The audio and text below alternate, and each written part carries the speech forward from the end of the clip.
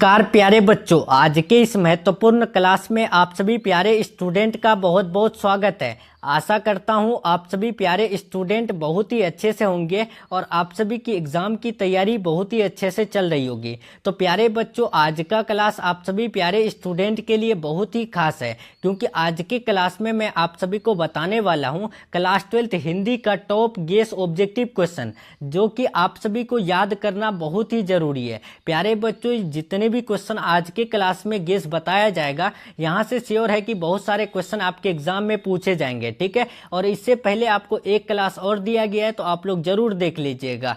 तो चलिए प्यारे बच्चों, हम लोग क्लास को शुरू करते हैं। क्लास शुरू करने से पहले अगर आप सभी का कोई भी सब्जेक्ट का बिल्कुल भी तैयारी नहीं हुई है, तो आप सभी नोट्स ले सकते हैं इस नंबर में कॉल मैसेज करके, ठीक है। और आप अगर चैनल से नए जुड़ रहे हैं तो चैनल को सब्सक्राइब करके बेल आइकन प्रेस जरूर कर लीजिएगा प्यारे बच्चों, ताकि आप सभी को आने वाली क्लासेज का नोटिफिकेशन आप सभी को मिलते रहे। तो चलिए आपके स्क्रीन में हम पहला क्वेश्चन लेके चलते हैं। देखिए पहला क्वेश्चन जो पूछा गया है आपको, सूरदास किस काल के कवि थे? बताइए यहाँ पर सूरदास जी कौन से काल के कवि थे? मध्यकाल, आधुनिक काल, आदिकाल, इनमें से कोई नहीं। सो राइट आंसर आपको ध्यान रखना है, याद रखना है, सूरदास जी जो है वो भक्ति काल के कवि थे। तो यहाँ पर देखेंगे ऑप्शन ए, बी और सी में जो है भक्ति काल नहीं है, तो राइट आंसर यहाँ पर ऑप्शन नंबर डी हो जाएगा, यानी इनमें से कोई नहीं, ठीक है। ध्यान रखना है, सूरदास जी कौन से काल के कवि थे? तो भक्ति काल के कवि थे। आपको याद रखना है, भूलना नहीं है। ऑप्शन में आपको यानी फाइनल बोर्ड परीक्षा में भक्ति काल भी दे सकते हैं,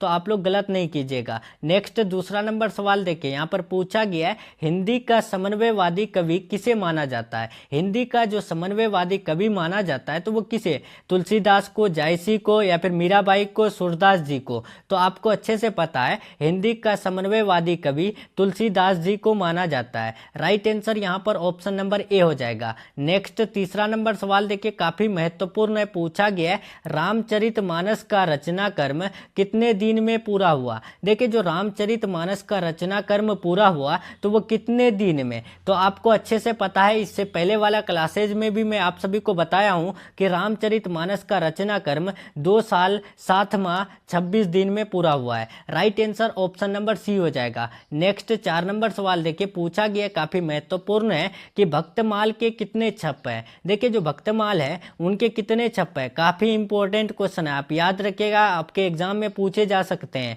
314, 315, 316, 317, तो आप याद रखिएगा भक्तमाल के 316 छप है, ठीक है। Right answer option number C हो जाएगा।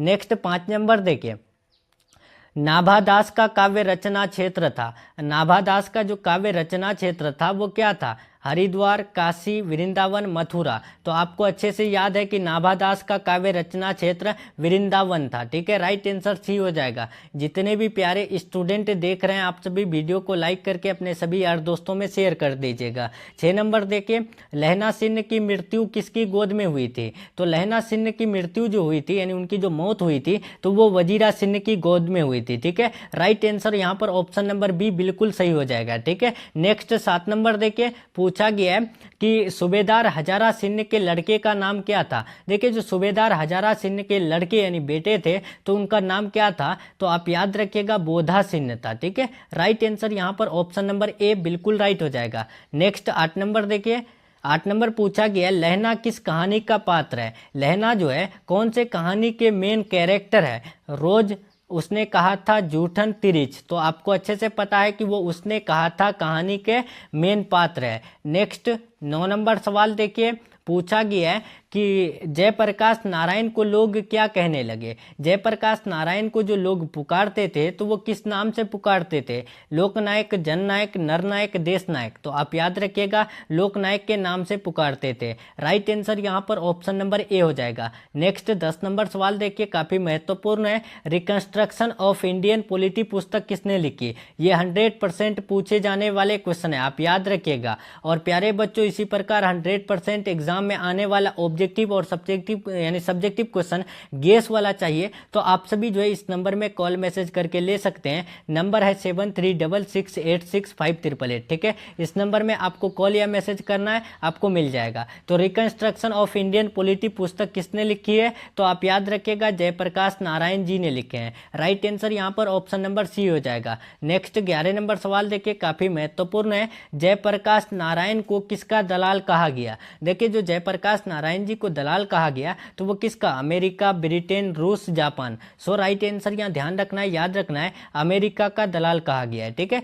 राइट आंसर ए हो जाएगा। नेक्स्ट 12 नंबर सवाल देखिए, पूछा गया है दूध शब्द कौन सा संज्ञा है। देखिए जो दूध है ये कौन सा संज्ञा है, यानी ये कौन से संज्ञा में आते हैं, क्या जातिवाचक में या फिर व्यक्तिवाचक में, दर्भवाचक में, समूहवाचक में। तो आप याद रखिएगा दूध जो है एक दर्भ है तो वो किस में आएगा, दर्भवाचक में आएगा। राइट आंसर यहाँ पर ऑप्शन नंबर सी हो जाएगा। व्यक्तिवाचक किसे कहते हैं, जिससे किसी खास व्यक्ति, वस्तु, स्थान या जानवर के नाम का बोध हो उसे हम लोग व्यक्तिवाचक कहते हैं। और जिस नाउन का अगर जात बताए तो उसे हम लोग जाति वाचक कहते हैं, और जिस नाउन का समूह बताए तो उसे समूहवाचक कहते हैं, ठीक है। नेक्स्ट चलते हैं 13 नंबर। 13 नंबर पूछा गया है चौ का उच्चारण स्थान क्या है। देखिए चौ का उच्चारण स्थान क्या होता है, कंठ, तालु या फिर ओष्ठ, दांत। तो आपको अच्छे से पता है अगर चौ बोलेंगे तो वो तालु से बोले जाते हैं, ठीक है। राइट आंसर यहाँ पर ऑप्शन नंबर सी हो जाएगा। नेक्स्ट 14 नंबर देखिए प्यारे बच्चों कि कंधा शब्द क्या है। जो कंधा शब्द है तो ये क्या है, तत्सम, तद्भव, विदेशज, देशज। तो आप याद रखिएगा कंधा जो शब्द है ये एक तत्सम शब्द है। राइट आंसर यहाँ पर ऑप्शन नंबर ए हो जाएगा। नेक्स्ट 15 नंबर देखिए, 15 नंबर पूछा गया चिड़िया शब्द है। चिड़िया शब्द बताइए क्या है, तद्भव है, तत्सम है, देशज है, विदेशज है। सो राइट आंसर आप ध्यान रखिएगा चिड़िया जो शब्द है ये एक तद्भव है। राइट आंसर ए हो जाएगा। नेक्स्ट 16 देखिए, 16 पूछा गया है अपने पैरों पर खड़ा होना मुहावरे का अर्थ है। देखिए अपने पैरों पर खड़ा होना इस मुहावरे का मतलब क्या होता है, तो आपको अच्छे से पता है कि स्वावलंबी होना यानी आत्मनिर्भर होना, खुद पर डिपेंड हो जाना, उसी को हम लोग क्या कहते हैं, अपने पैरों पर खड़ा होना, ठीक है। नेक्स्ट 17 नंबर सवाल देखिए, ईद का चांद होना मुहावरे का अर्थ है।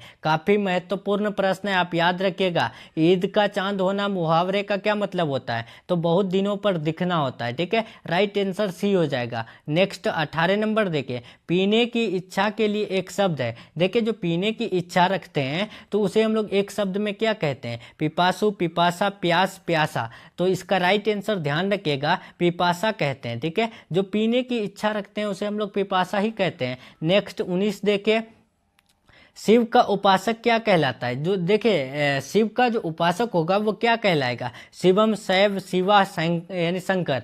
तो आपको अच्छे से पता है कि शिव का उपासक शैव होता है, ठीक है। राइट आंसर यहाँ पर ऑप्शन नंबर बी हो जाएगा। प्यारे बच्चों जितने भी क्वेश्चन बता रहे हैं बस आप याद कर लीजिए, ठीक है। ऐसे ही क्वेश्चन आपके एग्जाम में पूछे जाएंगे। जिसका खंडन ना किया जा सके वह क्या कहलाता है, बताइए। जिसका हम लोग खंड ना कर सकते हैं, मतलब टुकड़ा ही नहीं कर सकते हैं, तो उसे हम लोग क्या कहेंगे, तो अखंड कह सकते हैं, क्योंकि वो टुकड़ा ही नहीं होगा, वो अखंड है, ठीक है। इसका राइट आंसर डी हो जाएगा। मतलब कि अखंड भारत जैसे बनाना चाहते हैं ना कि भारत को कभी टुकड़ा नहीं होने देंगे, तो उसी प्रकार अखंड होता है, ठीक है। मतलब कभी नहीं टूटना। देखिए 21, बालकृष्ण भट्ट का जन्म कब हुआ था, बताइए। बालकृष्ण भट्ट का जन्म कब हुआ था, 23 जून 1843, 23 जून 1844, 23 जून 1845, 23 जून 1846। तो याद रखिएगा बालकृष्ण भट्ट का जन्म जो हुआ था वो 23 जून 1844 को हुआ था, ठीक है। राइट आंसर यहाँ पर ऑप्शन नंबर बी बिल्कुल राइट हो जाएगा। नेक्स्ट 22 नंबर सवाल देखिए, चंद्रधर शर्मा गुलेरी जी का निधन कब हुआ था। चंद्रधर शर्मा गुलेरी जी का मृत्यु जो हुआ था वो कब हुआ था, तो आप याद रखिएगा चंद्रधर शर्मा गुलेरी जी की मृत्यु 12 सितंबर 1922 को हुई थी। राइट आंसर बी हो जाएगा। नेक्स्ट 23 देखिए, पूछा गया है उसने कहा था कहानी किस वर्ष की रचना है। उसने कहा था जो कहानी है ये कब प्रकाशित हुई है, 1915, 1920, 1922, 1925। सो राइट आंसर ध्यान रखिएगा 1915 में जो है उसने कहा था कहानी प्रकाशित हुई। नेक्स्ट 24 नंबर सवाल देखिए, जर्मन लेफ्टन को किसने मार गिराया था। जर्मन लेफ्टन को जो मार गिराए थे वो कौन मार गिराए थे, वजीरा सिंह, लहना सिंह, बोधा सिंह, जगधारी सिंह। सो राइट आंसर ध्यान रखिएगा प्यारे बच्चों, जर्मन लेफ्टन को जो है है लहना सिन्ह मार गिराए थे। ठीक है, राइट आंसर बी हो जाएगा। और लहना सिन्ह के मामा कहाँ के रहने वाले थे? अगर आप सभी इस चैप्टर को अच्छे से पढ़े हैं तो जरूर आंसर दीजिएगा कमेंट बॉक्स में। ठीक है, आप सभी जो है कमेंट बॉक्स में एक दिल के साथ यानी यहाँ पर कमेंट कीजिएगा कि लहना सिन्ह के मामा कहाँ के रहने वाले थे। ठीक है, नेक्स्ट 25 नंबर देखे 25 नंबर, जयप्रकाश नारायण के बचपन का नाम क्या था? जयप्रकाश नारायण जी जो कि संपूर्ण क्रांति के राइटर है, यानी संपूर्ण क्रांति भाषण देने वाले, जो 1974 में भाषण दिया था, तो वो उनके बचपन का नाम क्या था? तो आप याद रखिएगा बाउल था। ठीक है, राइट आंसर सी हो जाएगा।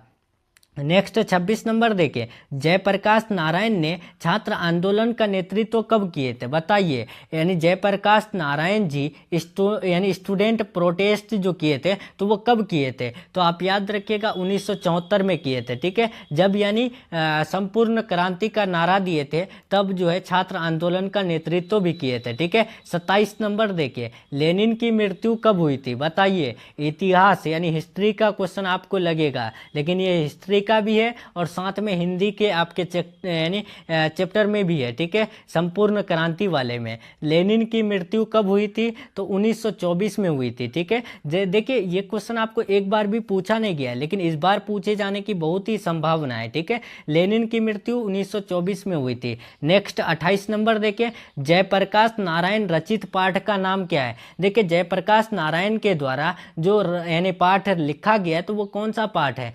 परगीत और समाज, बातचीत, संपूर्ण क्रांति, तिरिच। तो इसका राइट आंसर क्या होगा? तो ये हो जाएगा संपूर्ण क्रांति। ठीक है, ये जयप्रकाश नारायण जी के द्वारा लिखा गया है। और बातचीत किसके द्वारा? तो बातचीत जो है बालकृष्ण भट्ट के द्वारा लिखा गया है। ठीक है, और वहीं पर बात करें परगीत और समाज कौन लिखे हैं? तो परगीत और समाज जो है नामवर सिन्ह लिखे हैं। ठीक है, नेक्स्ट चलते हैं प्यारे बच्चों 29 नंबर, रामधारी सिन्ह दिनकर का जन्म कब हुआ था? बताइए, रामधारी सिन्ह दिनकर का जन्म कब हुआ था? तो आपको इससे पहला वाला क्लास में भी मैं बताया था पार्ट 1 में कि रामधारी सिन्ह दिनकर का जन्म 23 सितंबर 1908 में हुआ था। कहां पर हुआ था? सिमरिया, बेगूसराय, बिहार में हुआ था। नेक्स्ट 30 नंबर, और ये आज का लास्ट क्वेश्चन देखते हैं, अर्धनारीश्वर कल्पित रूप है। बताइए प्यारे बच्चों, अर्धनारीश्वर किसका कल्पित रूप है? आधी नारी, पूरी नारी, आधा पुरुष, शंकर और पार्वती। और हाँ, जितने भी प्यारे स्टूडेंट, अगर आप सभी का बिल्कुल भी तैयारी नहीं हुई है तो आप सभी अभी देरी मत कीजिए, इस नंबर में कॉल मैसेज करके अभी 100% लर्ने वाला गेस क्वेश्चन ले लीजिए। श्योर है कि आपके एग्जाम में 100% आएंगे। अगर आपका राइटिंग लेवल बढ़िया है तो आप श्योर है 400 से 450 मार्क्स लेकर आ सकते हैं उस PDF को, यानी पढ़ के याद करके। ठीक है, क्योंकि ऐसा क्वेश्चन बनाया ही गया है। ठीक है, आप कोई भी स्ट्रीम से हैं, आर्ट्स, कॉमर्स या फिर साइंस, तो आप यानी अपना सब्जेक्ट कमेंट करके या फिर जो है यानी व्हाट्सएप में मैसेज करके ले सकते हैं। व्हाट्सएप नंबर है 7366865888। ठीक है, इस नंबर में आपको कॉल या मैसेज या फिर व्हाट्सएप में बता देना है कि आर्ट्स से हैं, हमको इसी यानी जिस सब्जेक्ट का आपको PDF चाहिए वो बता देना है, आपको मिल जाएगा। अर्धनारीश्वर किसका कल्पित रूप है? तो शंकर और पार्वती का कल्पित रूप है। ठीक है, सो राइट आंसर यहाँ पर ऑप्शन नंबर डी हो जाएगा। तो चलिए प्यारे बच्चों, यहाँ पर हिंदी का गेस क्वेश्चन का पार्ट 2 का क्लास कंप्लीट हो रहा है। ठीक है, अब कल आप सभी के लिए मैं पार्ट 3 का क्लास लेकर आऊँगा। ठीक है, तो जितने भी प्यारे स्टूडेंट अगर चैनल से नए जुड़ रहे हैं तो चैनल को सब्सक्राइब जरूर कर लीजिएगा। वीडियो पसंद आए तो वीडियो को लाइक करके अपने सभी यार दोस्तों में शेयर कर दीजिएगा। तो चलिए प्यारे बच्चों, हम लोग का क्लास यहीं तक रहने वाला है। क्लास कैसा लगा कमेंट में जरूर बताइएगा। वीडियो पसंद आए तो लाइक करके अपने सभी यार दोस्तों में शेयर कर दीजिएगा। Take care, thanks for watching.